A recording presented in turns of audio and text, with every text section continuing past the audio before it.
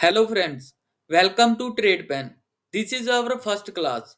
आज हम share market को बेसिक से स्टार्ट करेंगे। शेयर मार्केट क्या होता है और साथ में समझेंगे technical analysis, fundamental analysis, basic of candlestick और कैंडलस्टिक्स के पाथ भी। शेयर का मतलब होता है हिस्सा और बाजार उस जगह को कहते हैं जिधर आप खरीद और बेच सकते हो। मतलब शेयर मार्केट एक ऐसा मार्केट है जहां पर कई सारी कंपनियों के शेयर को खरीदा और बेचा जाता है। स्टॉक मार्केट के थ्रू हम डायरेक्टली बड़ी बड़ी कंपनियों में अपने पैसे इन्वेस्ट कर सकते हैं। अगर किसी कंपनी में आपने इन्वेस्ट किया है तो कंपनी प्रॉफिट में हो तो आपका प्रॉफिट होगा, अगर कंपनी लॉस में हो तो आपका भी लॉस होगा। इसको हम एक एग्जांपल से समझते हैं। मान लो कि आपने किसी कंपनी के 50 शेयर बाय किए। उस टाइम पे जो एक शेयर था वो 100 रुपीज का था। तो आपकी टोटल इन्वेस्टमेंट कितनी हुई? 50 मल्टीप्लाई बाय 100, 5,000 रुपए आपकी इन्वेस्टमेंट हुई। और उसके बाद क्या हुआ, जो आपने 100 रुपए का शेयर परचेज किया था ना, वो 150 चला गया। तो आपका प्रॉफिट कितना हुआ? 50 रुपीज प्रॉफिट हुआ। तो आपने शेयर कितने बाय किए थे? 50 शेयर बाय किए थे, 50 रुपीज प्रॉफिट हुआ, तो आपका टोटल प्रॉफिट कितना हो गया? 2500। ऐसे ही मान लो कि किसी कंपनी का जो शेयर का प्राइस है वो 100 रुपीज की जगह पे मान लो 50 रुपीज रह जाए, तो तब क्या होगा? मतलब आपने तो 50 शेयर परचेज किए थे, आपको 50 रुपए का लॉस हो गया ना। तो टोटल लॉस कितना हुआ? 50 मल्टीप्लाई बाय 50, 2500 ही आपका टोटल लॉस हुआ। तो ऐसे ही जब कंपनी प्रॉफिट में होती है आप भी प्रॉफिट में होते हो, और जब कंपनी लॉस में होती है आप भी लॉस में होते हो। और नेक्स्ट बात करते हैं कि जिस बाजार में शेयर खरीदे और बेचे जाते हैं उसे स्टॉक एक्सचेंज कहा जाता है। भारत में बॉम्बे स्टॉक एक्सचेंज और नेशनल स्टॉक एक्सचेंज दो इंपॉर्टेंट शेयर बाजार हैं, एनएसई और बीएसई। और सेबी यानी security of exchange board of India. SEBI क्या करता है? ये ना पूरे शेयर बाजार के हालचाल पर नजर रखता है। कहीं पे भी कुछ गलत हो रहा है या आपके साथ कोई धोखा ना हो और कोई रूल्स को फॉलो नहीं कर रहा, सेबी पावर रखता है सजा देने का। मतलब सारे सिस्टम को वो मैनेज करता है। सेबी एनएससी को भी, बीएससी को भी, जो रिटेलर्स है उनको भी, और जो ब्रोकर्स है उनको भी, सबको मॉनिटर करता है। ये आगे आगे आपको सारा क्लियर होता जाएगा जैसे जैसे हम आगे आगे क्लासेस में बढ़ते जाएंगे। खरीदने और बेचने को आम भाषा में ट्रेडिंग कहते हैं। जिसके लिए अगर हमने ट्रेडिंग करना है उसके लिए हमारे पास डीमैट अकाउंट होना चाहिए। मैंने डिस्क्रिप्शन में लिंक डाल दिया है, वहां से आप फ्री में डीमैट ओपन कर सकते हो। शेयर मार्केट में ना दो तरीके से ट्रेडिंग की जाती है। एक होता है intraday and the second one is delivery. Intraday में स्टॉक को एक दिन में खरीद कर उसी दिन मार्केट बंद होने से पहले बेचना पड़ता है। हमारी जो इंडियन मार्केट है वो 9:15 पे मॉर्निंग में ओपन होता है और 3:30 पे बंद हो जाता है। मान लो कि मैंने कोई एक स्टॉक बाय किया, 11 बजे हम मान लो बाय कर लेते हैं, राइट। उस टाइम पे उस स्टॉक का रेट था 30 रुपए। 1 बजे तक वो कितना चला गया? 100 रुपए। अब मैं चाहूं तो इसको यहाँ पे सेल कर सकता हूँ। लेकिन अगर मैं ये चाहूं कि यही वाला स्टॉक अभी 100 का हुआ है, 2 दिन के बाद यार अगर ये 300 चला गया तब मैं सेल करूंगा, ये मैं नहीं कर पाऊंगा इंट्राडे में। क्योंकि मैंने जो स्टॉक बाय किया है वो इंट्राडे में बाय किया है। तो 3:30 पे जब मार्केट बंद होगा ना, तब स्टॉक का जो भी प्राइस होगा, मान लो वो 100 से 150 चला गया, राइट। तो उस टाइम पे जाके वो अपने आप एग्जिट हो जाएगा। इसे हम बोलते हैं इंट्राडे। और डिलीवरी में क्या होता है? स्टॉक को हम लंबे समय के लिए रख सकते हैं। इसमें हम स्टॉक को खरीद कर उसे कभी भी बेच सकते हैं। यही वाला अगर इसी एग्जांपल से आप समझोगे, अगर मान लो 11 बजे मैंने 30 रुपीज का लिया है, अभी इसका रेट 100 हो गया है। मैं सोच रहा हूँ यार कि इसको 2-3 दिन और रखता हूँ, जब अच्छा रेट बढ़ जाएगा, 500-600 चला जाएगा, तब इसको सेल करूंगा। तो मैं जब मैं बाय करूंगा ना स्टॉक को, तो मैं किस में करूंगा? डिलीवरी में। तो डिलीवरी में हम स्टॉक को कभी भी बेच सकते हैं। 10 दिन बाद, 5 दिन बाद, 4 दिन बाद, जब भी हमें लगे कि हमारा प्राइस इंक्रीज हो गया तब हम इसको सेल कर सकते हैं। देखिए, शेयर बाजार में हर दिन उतार चढ़ाव होते रहते हैं, कभी मार्केट ऊपर कभी मार्केट नीचे। तो आपको शेयर मार्केट को एनालिसिस करना आना चाहिए। अगर आप शेयर मार्केट एनालिसिस करना सीख जाएं तो आपका जो लॉस होने का चांसेस होते हैं ना वो बहुत कम हो जाते हैं।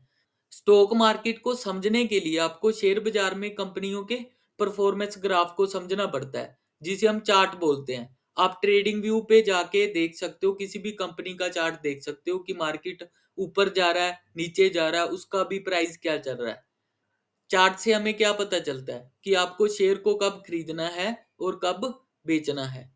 शेयर मार्केट का एनालिसिस ना दो तरीकों से किया जाता है। First is technical analysis and the second one is the fundamental analysis. Technical analysis क्या होता है? बेसिकली ये हमें बताता है कि कब एंट्री लेना है और कब एग्जिट होना है। ये सब हिस्टोरिकल डाटा पे बेस्ड होता है, मतलब कि जो पहले हुआ था वो दोबारा से हो सकता है। जैसे एग्जांपल से बताता हूँ, मान लो ये किसी कंपनी का चार्ट है जो हम ट्रेडिंग व्यू पे मैंने आपको बताया, आप देख सकते हो। मान लो कि ये 2 दिन पहले या 1 दिन पहले यहाँ पे मार्केट नीचे गिरा और इस जगह पे रिजेक्शन लेके लेके ये ऊपर चला गया वापिस से। ये कब हो रहा है? 2 दिन पहले पास्ट में। ये हम उसका हिस्ट्री डाटा चेक कर रहे हैं। तो अभी प्रेजेंट में क्या हो सकता है कि जो पहले हुआ था वो दोबारा हो सकता है कि मार्केट आज के दिन यहाँ पे आए और इधर से फिर से रिजेक्शन ले ले। तो this is the technical analysis. ये सारा हिस्टोरिकल डाटा पे बेस्ड होता है, जो पहले हुआ था वो दोबारा हो सकता है। और this is based on human psychology और इमोशंस।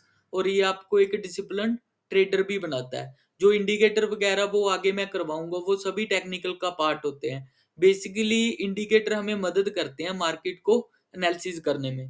जैसे इस जगह पे मैंने ये लाइन लगाया है, ये वाला, ये लाइन क्या है? ये एक तरह का इंडिकेटर है। ये हमें क्या बता रहा है कि हम ये हमें एनालिसिस करने की समझ दे रहा है, मदद कर रहा है, हेल्प कर रहा है एनालिसिस की। तो दिस इज द इंडिकेटर।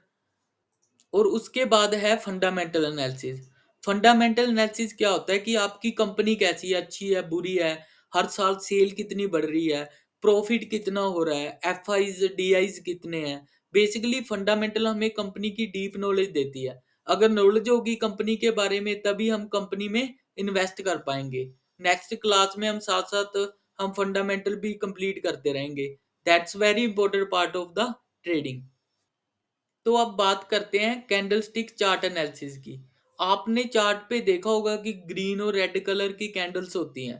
तो कैंडलस्टिक चार्ट एनालिसिस जो है वो हमें शेयर मार्केट में ट्रेडिंग करने में मदद करता है। कैंडल्स हमें शेयर मार्केट के प्राइस लेवल को बताती है, जिससे हमें इन्वेस्ट करने में मदद मिलता है। इसलिए हमें शेयर मार्केट में ट्रेडिंग करने से पहले जो कैंडलस्टिक चार्ट है ना उसको अच्छी तरह से समझना चाहिए। तो चलिए हम जानते हैं कि कैंडलस्टिक कैसे बनती है और इसे कैसे पढ़ा जाता है, और कैंडल का पाथ भी समझेंगे जो शायद आपको कहीं नहीं मिलेगा। आप वीडियो के लास्ट तक बने रहना। कैंडलस्टिक चार्ट एनालिसिस ना इन्वेस्टर को शेयर मार्केट के उतार चढ़ाव के बारे में बताता है। मतलब कि इन्वेस्टर या ट्रेडर शेयर मार्केट में ट्रेड को समझने के लिए कि मार्केट अब ऊपर जाएगा या नीचे जाएगा, कैंडलस्टिक चार्ट का एनालिसिस करते हैं। शेयर मार्केट में प्राइस के बढ़ने या घटने से ही कैंडल बनती है। रेड और ग्रीन कैंडल से जो चार्ट बनता है ना उसे ही हम कैंडल चार्ट बोलते हैं। कैंडल चार्ट पर अगर लगातार ग्रीन कैंडल बन रही है, ये वाली लगातार बन रही है, तो वो क्या दिखाती है कि मार्केट के अंदर बायर्स बहुत ज्यादा हैं और मार्केट में तेजी का संकेत है, मतलब मार्केट ऊपर की ओर जा रही है। इसके उलट जब मार्केट में रेड कैंडल बनती है तो रेड कैंडल हमें क्या दिखाती है कि मार्केट के अंदर गिरावट का माहौल है, मतलब मार्केट में सेलर्स बहुत ज्यादा है। तो इसके अंदर मार्केट क्या है, ऊपर जाती है। और रेड कलर हमें क्या दिखाता है कि मार्केट नीचे जा रही है। कैंडल दो चीजों से मिलकर बनती है। पहला होता है बॉडी, ये वाला पार्ट है ना, जो ये ग्रीन ग्रीन वाला पार्ट है इसको हम बॉडी बोल देते हैं। और दूसरा होता है विक, ये वाला जो पार्ट है, ब्लैक कलर की लाइन आपको दिख रही है ना, ये वाला, इसको हम विक बोल देते हैं। यहाँ पर छाई भी, अपर शेडो भी बोल देते हैं, और नीचे वाले को लोअर शेडो भी बोल देते हैं इसको, राइट।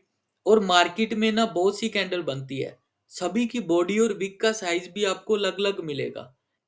एक कैंडल अपने पूरे टाइम इंटरवल में शेयर के चार प्राइस को बताती है।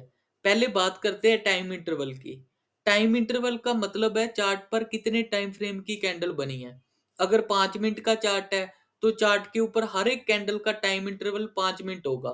और जो 5 मिनट के दौरान शेयर के प्राइस में मूवमेंट होती है उसको ही कैंडल बताती है। आप चार्ट पे टाइम फ्रेम चेंज भी कर सकते हो जो हमें एनालिसिस करने में हेल्प करता है। एक दिन इंटरवल का मतलब क्या हुआ? ये जो पूरी कैंडल है ना, ये एक दिन की है। एक दिन इंटरवल का मतलब ये हुआ क्योंकि मैंने जो चार्ट के ऊपर टाइम इंटरवल एक दिन कर दिया। मार्केट 9:15 पे ओपन होती है, 3:30 पे बंद होती है। तो ये मुझे पूरे दिन का प्राइस दिखा रही है ये वाली कैंडल, ये पूरी की पूरी कैंडल।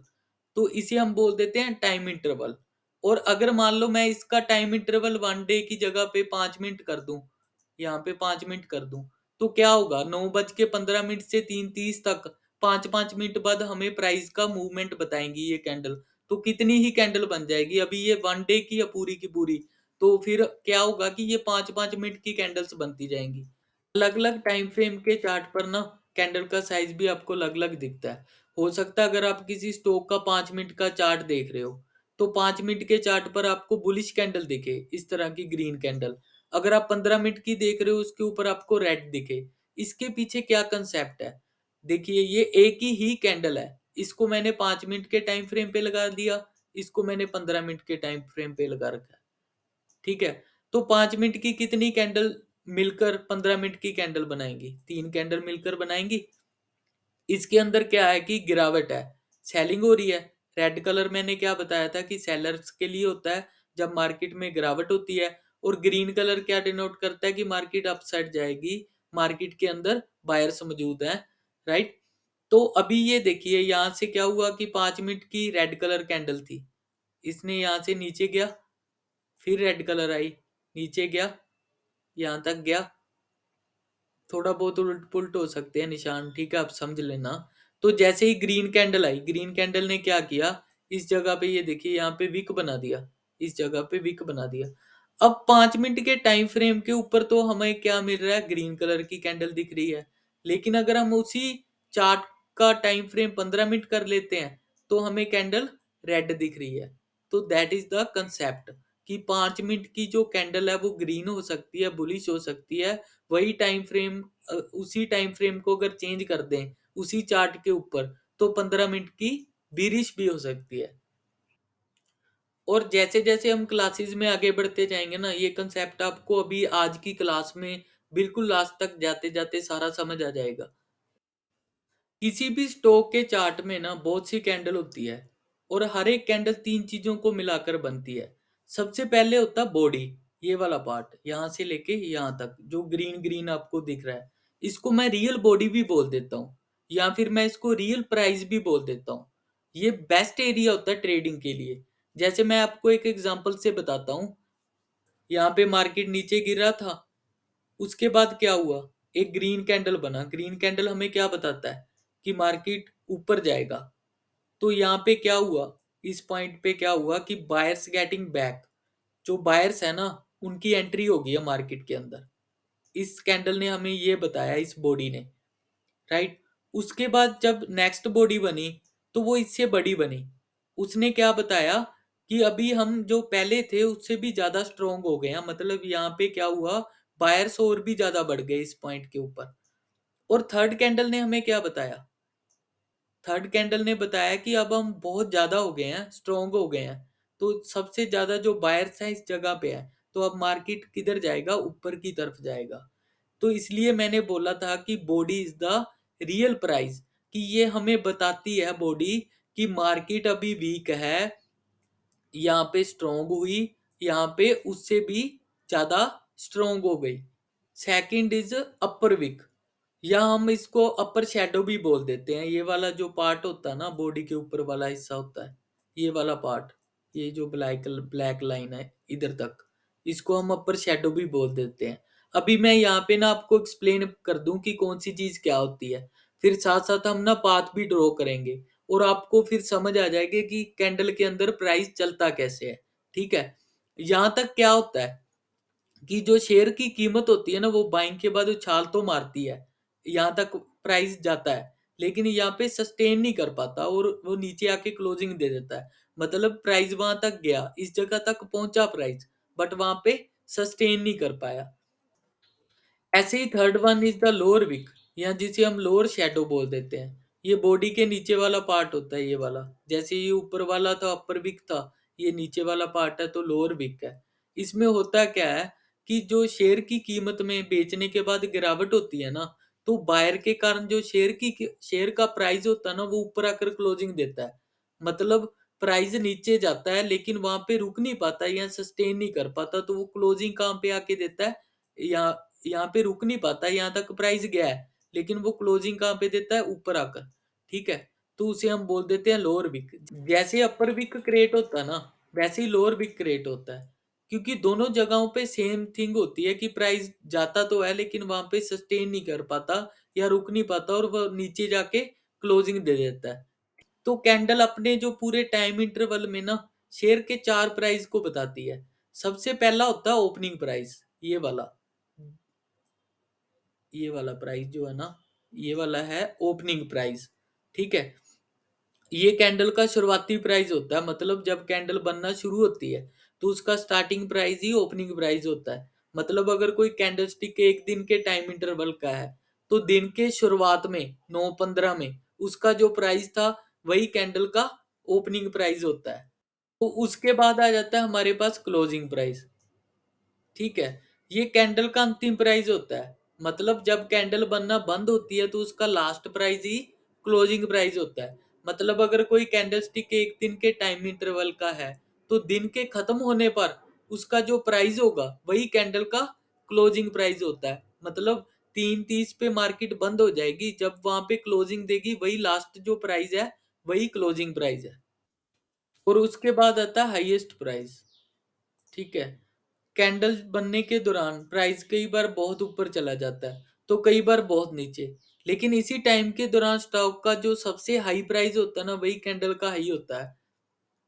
अगर एक दिन के टाइम फ्रेम का चार्ट देखें, तो दिन के दौरान जो शेयर का हाईएस्ट प्राइस होगा वही कैंडल का हाई होगा। मतलब पूरे दिन भर में शेयर की जो सबसे ज्यादा प्राइस होती है ना, वही एक दिन के कैंडल की हाईएस्ट प्राइस होती है। And the last one is the lowest price. किसी कैंडल का ना कम प्राइस ही उसका लो होता है। अगर हम 5 मिनट का कैंडल देखें, तो 5 मिनट के दौरान जो शेयर का सबसे कम प्राइस होगा ना, वह उस 5 मिनट की कैंडल का सबसे निचला हिस्सा होगा, मतलब लो होगा। मतलब पूरे दिन भर में शेयर की जो सबसे कम प्राइस होती है वही एक दिन की कैंडल की लोएस्ट प्राइस होती है। तो अब आप समझ गए होंगे कि चार्ट पर दिखने वाली हर एक कैंडल चार चीजों से बनती है: ओपन, क्लोज, हाई और लो। अब हम बात करते हैं कैंडलस्टिक्स के पाथ की। कैंडलस्टिक्स काम कैसे करती है, पाथ क्या होता है। आपको ये बुलिश कैंडल नजर आ रही है। बुलिश का मीनिंग क्या है कि मार्केट ऊपर जा रहा है। इसका पाथ कैसे बनेगा? पाथ का पहले मतलब समझो कि होता क्या है। पाथ होता है कि जो प्राइस है ना, वो कैंडल के अंदर कैसे मूव कर रहा है। ठीक है, उसको हम बोल देते हैं पाथ। तो अभी यहाँ पे ये 1 डे की कैंडल है, एक दिन के टाइम इंटरवल की कैंडल है, पूरे दिन के अंदर ये कैंडल बनी है। जो ये मैंने लिखे हुए है ना, ये प्राइस है। ये 35 रुपए, 40 रुपए, 50 रुपए और 55 रुपए। मार्केट यहाँ पे ओपन हुआ, वो हाई लगाने गया प्राइस। यहाँ पे कैंडल का जो प्राइस है वो हाई लगाने गया ऊपर की तरफ। ठीक है, तो वो ऊपर रुक नहीं पाया, यहाँ पे सस्टेन नहीं कर पाया और वो नीचे चला गया। नीचे गया तो वो लो प्राइस उसने टच किया। उसके बाद उसने क्या किया, यहाँ पे भी सस्टेन नहीं कर पाया, रुक नहीं पाया, तो उसने अपने क्लोजिंग कहाँ पे आके दे दी, इस जगह पे आके दे दी। ठीक है, प्राइस कैंडल के अंदर ओपन कहाँ पे हुआ, 40 रुपए के ऊपर ऊपर ओपन हुआ। ठीक है, उसके बाद उसने हाई कितना लगाया, 55 रुपीज वो हाई लगाने गया। लो कितना लगाया, 35 रुपीज लगाया। और क्लोजिंग कहाँ पे दी, 50 रुपीज के ऊपर यहाँ पे क्लोजिंग दे दी। क्लोजिंग प्राइस कौन सा था, जब मार्केट बंद हुई उसका रेट क्या था, तो ये वाला क्लोजिंग प्राइस था, ये वाला उसका ओपनिंग प्राइस था। ये कौन सा प्राइस था, ये था कि जहां तक प्राइस गया लेकिन रुक नहीं पाया और सस्टेन नहीं कर पाया और नीचे चला गया। ऐसे ही वो नीचे भी सस्टेन नहीं कर पाया और ऊपर आकर क्लोजिंग दे दी। ये तो हो गया हमारा एक पाथ।